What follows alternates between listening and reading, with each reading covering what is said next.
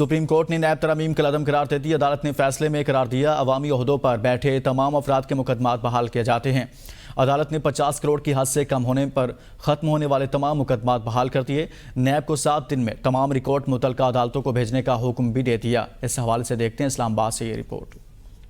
Supreme court کے فیصلے سے کرپشن کیسز سے بری ہونے والوں کے لیے بری خبر. چیف جسٹس سمرتا بندیال کا جاتے جاتے ایک اور چھکا. اتحادی حکومت کی نیب ترامیم کو کالعدم قرار دے دیا. چیئرمین پی ٹی آئی کی درخواست بھی قابل سماعت قرار دے دی. سپریم کورٹ کے 3 رکنی بینچ میں شامل جسٹس منصور نے فیصلے پر اختلاف کیا. چیف جسٹس کی سربراہی میں 3 رکنی بینچ نے 2-1 کی اکثریت سے فیصلہ سنایا. فیصلے میں کہا گیا کہ 500 ملین کی حد تک کے ریفرنس نیب دائرہ کار سے خارج قرار دینے کی شق کالعدم قرار دی جاتی ہے. عوامی عہدوں پر بیٹھے تمام افراد کے مقدمات بحال کیے جاتے ہیں. عوامی عہدوں کے ریفرنس ختم ہونے سے متعلق نیب ترامیم کو بھی کالعدم قرار دیا گیا. عدالت نے حکم دیا کہ ترامیم کے بعد کرپشن کیسز جو ختم ہو گئے تھے ان کو دوبارہ مقرر کیا جائے. عدالت نے قرار دیا کہ ختم ہونے والے نیب ریفرنسز کو اسی دن سے بحال کرتے ہیں جب سے ترامیم آئیں. عدالت نے نیب ترامیم کی 10 میں سے 9 ترامیم کالعدم قرار دے دی. فیصلے میں سپریم کورٹ نے نیب ترامیم کی متعدد شقوں کو آئین کے برعکس قرار دیا. فیصلے میں پلی بارگین کے حوالے سے کی گئی نیب ترمیم بھی کالعدم قرار دی گئی. فیصلے میں کہا گیا کہ نیب ترامیم سے مفاد عامہ کے آئین میں درج حقوق متاثر ہوئے. نیب ترامیم کے تحت بند کی گئی تمام تحقیقات اور انکوائریز بحال کی جائیں.